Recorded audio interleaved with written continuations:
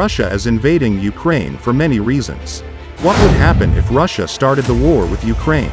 One of the most important reasons of Russia-Ukraine war is oil and power. It's known now as the largest producer of natural gas in the world, but it needs to find new markets for its energy resources. The European Union has been buying less and less because they are focused on developing their sources of energy. For these reasons, Putin had to look elsewhere. He turned down all proposals from NATO, and he wants them to leave both Russia and Ukraine. He understands that if either nation joins the NATO alliance, Putin's power will be destroyed in Russia because the military would then fall under NATO authority, not Putin. This is why he invaded Ukraine and annexed Crimea. Why is Russia building up its military against Ukraine? Especially when there are no obvious signs of an impending attack. Why Russia's increased his military presence in Ukraine? How does Putin defend his actions? Real reasons for the ongoing Russian-Ukrainian conflict? The conflict between Russia and Ukraine has a long history of violence, which has only become worse since the Russian annexation of Crimea in 2014. Still, with high tensions, it seems that there will be no end to this struggle anytime soon. To understand what is happening now, it's important to know what happened in the past and why these two countries are so different from one another. The Russian Federation began its military campaign in Ukraine in 2014, after the Ukrainian parliament voted to remove Russian-backed President Viktor Yanukovych from power. Only the partially recognized South Ossetia and the neighboring Luhansk People's Republic recognize it. The Luhansk People's Republic, LPR, is a similar separatist group that was formed in 2014. It is made up of people who support the creation of an independent state in eastern Ukraine, and who oppose the Ukrainian government. Many people have accused these militias of committing war crimes, including torture and murder. They have also been accused of using child soldiers, which is a violation of international law. They have been a major thorn in the side of the Ukrainian government, and have caused a lot of pain and suffering for the people of Ukraine. The Russian government is the main supporter to fund and training these militias, while also providing military equipment like tanks and other vehicles. More than 14,000 people have been killed in the conflict, and more than 1.5 million people have been displaced. The Russian army easily defeated the Ukrainian military, as they were outnumbered and outgunned. The United Nations also issued a statement condemning Russia's actions, and stating that they violated international law. The conflict between Russia and Ukraine has been going on for a long time, but lately, it seems to be getting worse. Is there a sign of World War III?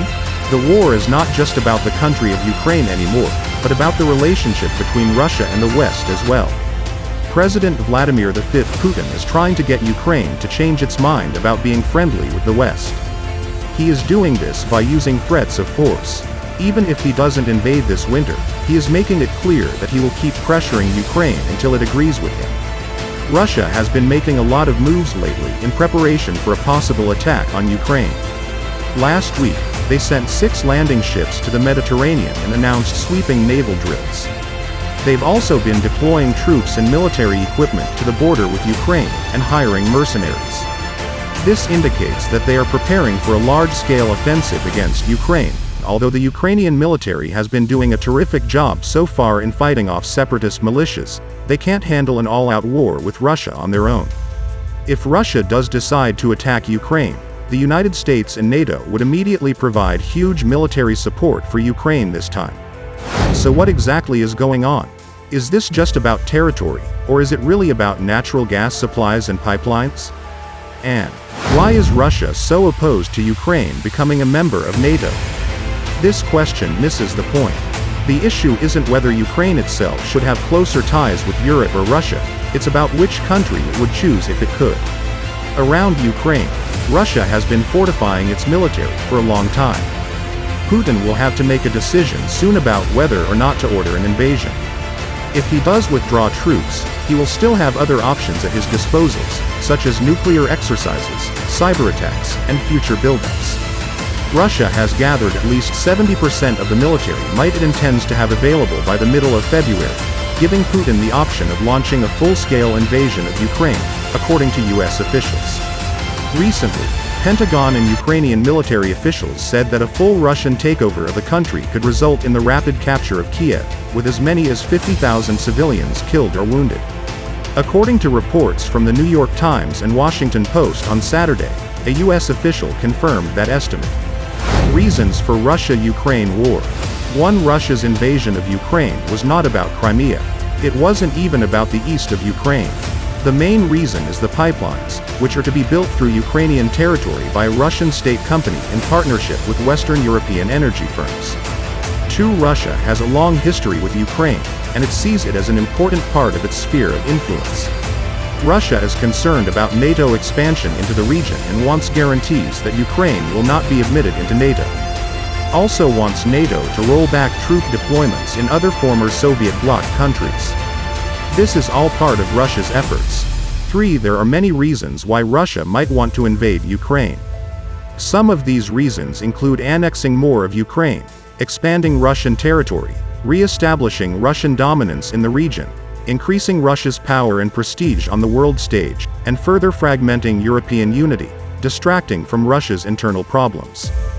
4. Ukraine is now a mini-me, according to Russia.